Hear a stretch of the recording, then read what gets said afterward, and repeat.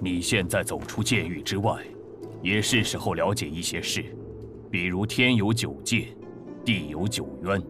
在剑域大陆修炼至剑域境，可成剑神飞升天界；而在天界，剑域境则为神域境，是成神的第一境，又被称为虚神，相当于地界武者口中的天神，寿元长达数载。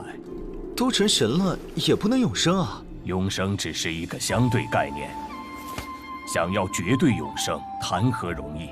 虚神有1000年寿元，已是难得。那神域境之上是什么境界？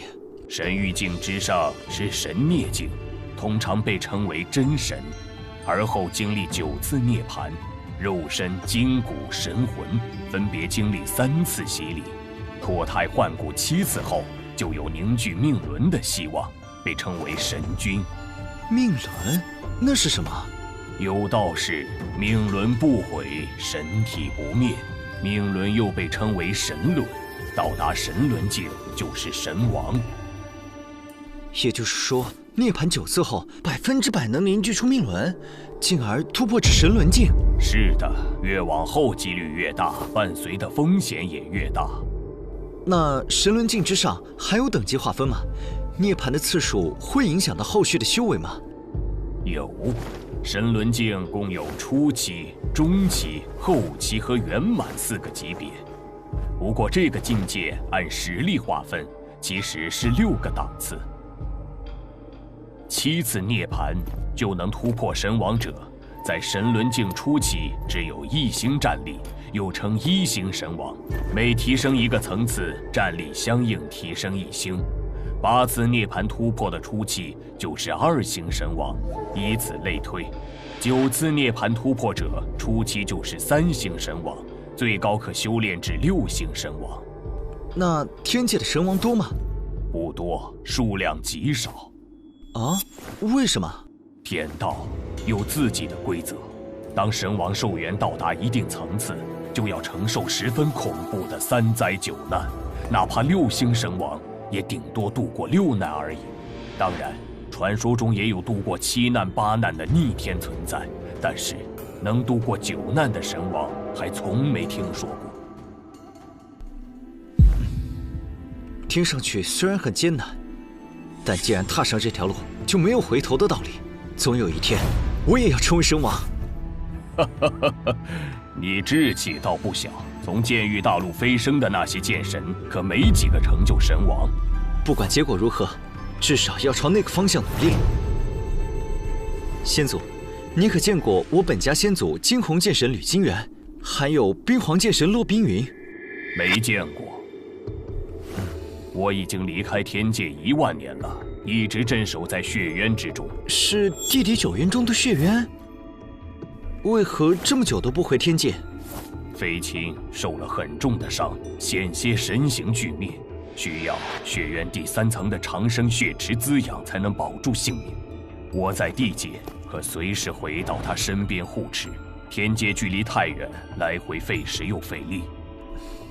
如果水寒受了重伤，我也会一直守在他身边。先祖，您刚才说血渊第3层，它有好几层吗？9渊都有3层，我们现在所在的地方便是魔渊第1层。听说在远古时代，地界第1层的武者修炼至神域境，能随意往来天地2界，直到9渊被封印。除了剑域大陆的武者能飞升天界外，其他8渊之人只能走修罗道，去打天界的天荒界。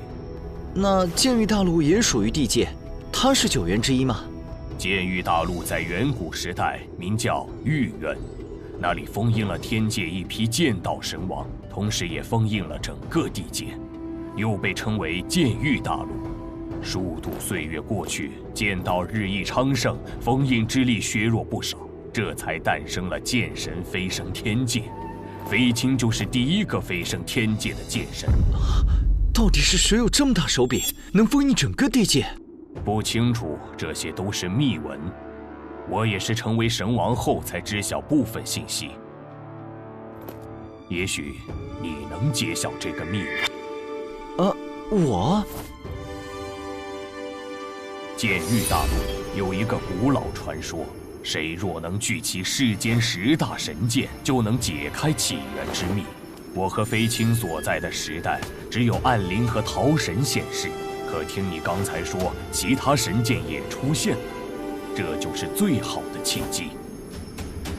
我会努力聚集10大神剑，揭晓这个秘密。先祖，我之前听魔渊之人说，桃神剑可能是真神器，这里面有什么说法吗？神器分为4个档次：虚神器、真神器、王神器和至高神器。而10大神剑都是至高神器，曾在天界享有赫赫威名。他日等你到达天界，切记不可轻易暴露。既然桃神剑和暗灵剑都是至高神器，您留在身边岂不是更保险？傻小子，实话告诉你，桃神和暗灵当中都有一道封印，连我都解不开，所以拿着并无大用。论其威力，还不如我自己炼制的王神器，你就好好拿着吧。不过有一点我得提醒你，既然剑域大陆有这样的传说，也就证明有人想要让10大神剑聚集，你要小心。遥想当年，我就带着桃神闯修罗道，却在即将离开之时，收到天人传音，告诫我只有10大神剑聚集，才能带桃神离开剑域大陆。没想到剑域大陆上还隐藏着这样一位恐怖强者。当然，你难道忘了我刚才跟你说的？剑域大陆曾镇压着几位剑道神王，如果我猜的没错，10大神剑应该就是他们的佩剑。